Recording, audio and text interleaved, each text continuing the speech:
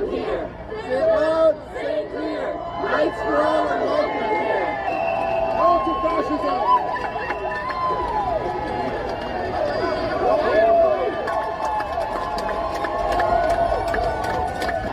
I felt like it was important to come today because there's just a lot impacting several minority communities. I'm a woman, I come from an immigrant family, I have chronic illnesses, trans rights are also... What happens when the world's biggest economy tries to bring the fastest growing superpower to its knees? The United States believed it could force China into submission with a wave of new tariffs, but things didn't go as planned. Instead of backing down, China hit back with a calculated and brutal response, sending shockwaves through key American industries. Now, the global trade landscape is shifting, and Washington may no longer be in control. It all started on February 4th, 2025, when the United States introduced a sweeping 10% tariff on all Chinese imports. It was meant to be a power move, a reminder to the world that the U.S. still dictated the rules of global trade. But just 6 days later, Beijing delivered its response, a staggering $14 billion in retaliatory tariffs. This wasn't just a tit-for-tat reaction. It was a carefully planned strike designed to hit America where it hurt the most. For years, Washington has relied on the same economic playbook: sanctions, trade restrictions, and financial pressure. The assumption has always been that China, like other nations before it, would absorb the hit and eventually come back to the negotiating table on America's terms. But this time, things were different. China's response wasn't rushed or reckless. It was precise, targeted, and deeply strategic. Every tariff imposed by Beijing had one goal in mind: maximizing damage to American industries while keeping Chinese businesses largely unaffected. This wasn't just retaliation. It was a major shift in economic power, and it caught Washington off guard. One of the hardest hit sectors was U.S. energy.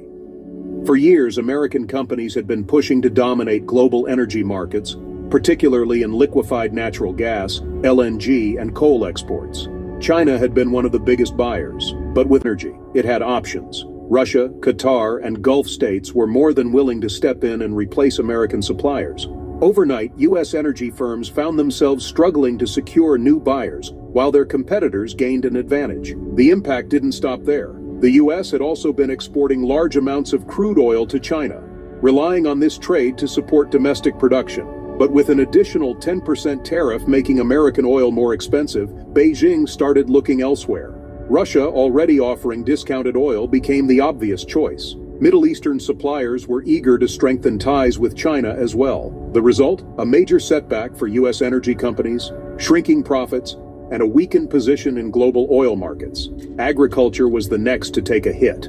The U.S. farming industry had already suffered through the trade war of 2018 to 2020, when Chinese tariffs led to billions in lost revenue. Now, history was repeating itself, but this time the damage was more precise. Instead of targeting raw agricultural goods, China went after agricultural machinery, an industry dominated by American manufacturers like John Deere and Caterpillar. These companies had built their business models around supplying advanced farming equipment to China. With tariffs now making those machines more expensive, Chinese buyers started looking for alternatives. European manufacturers and even domestic Chinese brands began filling the gap, while American companies watched demand shrink. U.S. farmers, already struggling with rising costs, faced even more pressure. The industry that had once been a pillar of American economic strength was now in a vulnerable position. The automotive sector wasn't spared either. China imposed tariffs on large engine vehicles and pickup trucks, sending a clear message to U.S. automakers. Companies like Ford and General Motors had long relied on China as a key market, but now their cars were becoming less competitive. With the rise of Chinese electric vehicle manufacturers and increased demand for European and Japanese brands, American automakers faced a harsh reality: losing ground in one of the most lucrative car markets in the world. This wasn't just about individual industries. China's response signaled something much bigger. It wasn't simply reacting to U.S. pressure.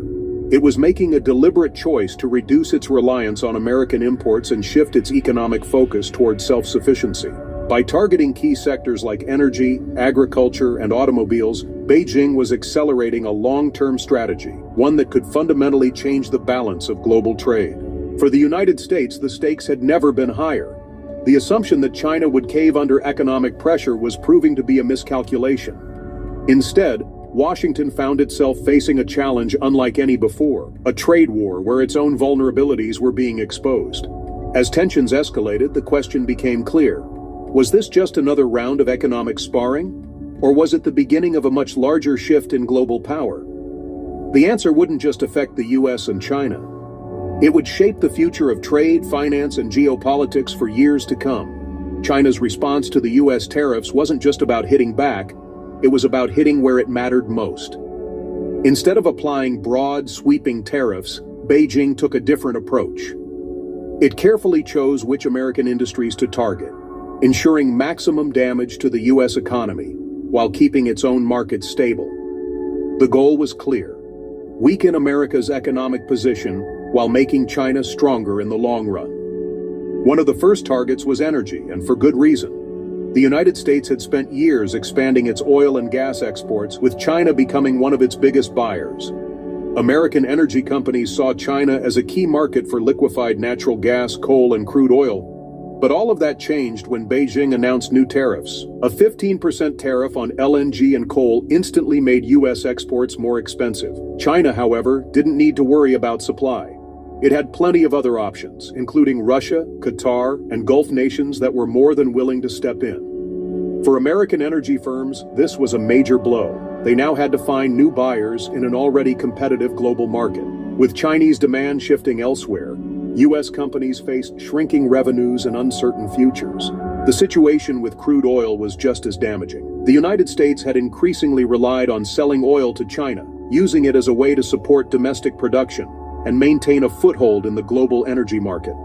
But with China placing a 10% tariff on US crude, American oil became less attractive. Beijing had already been buying discounted oil from Russia, and now, with the added cost of US imports, there was no reason to continue relying on American suppliers. While US energy firms struggled, China moved quickly to secure long-term supply agreements with alternative partners. This wasn't just a short-term adjustment. It was a strategic shift that would make China less.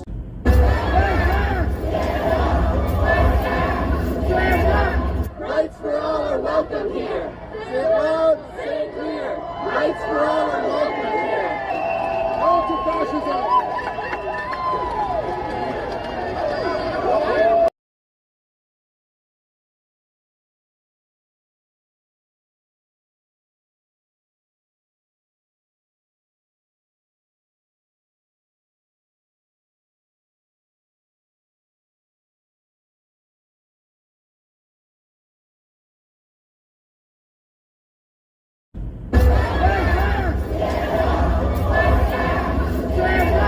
Rights for all are welcome here.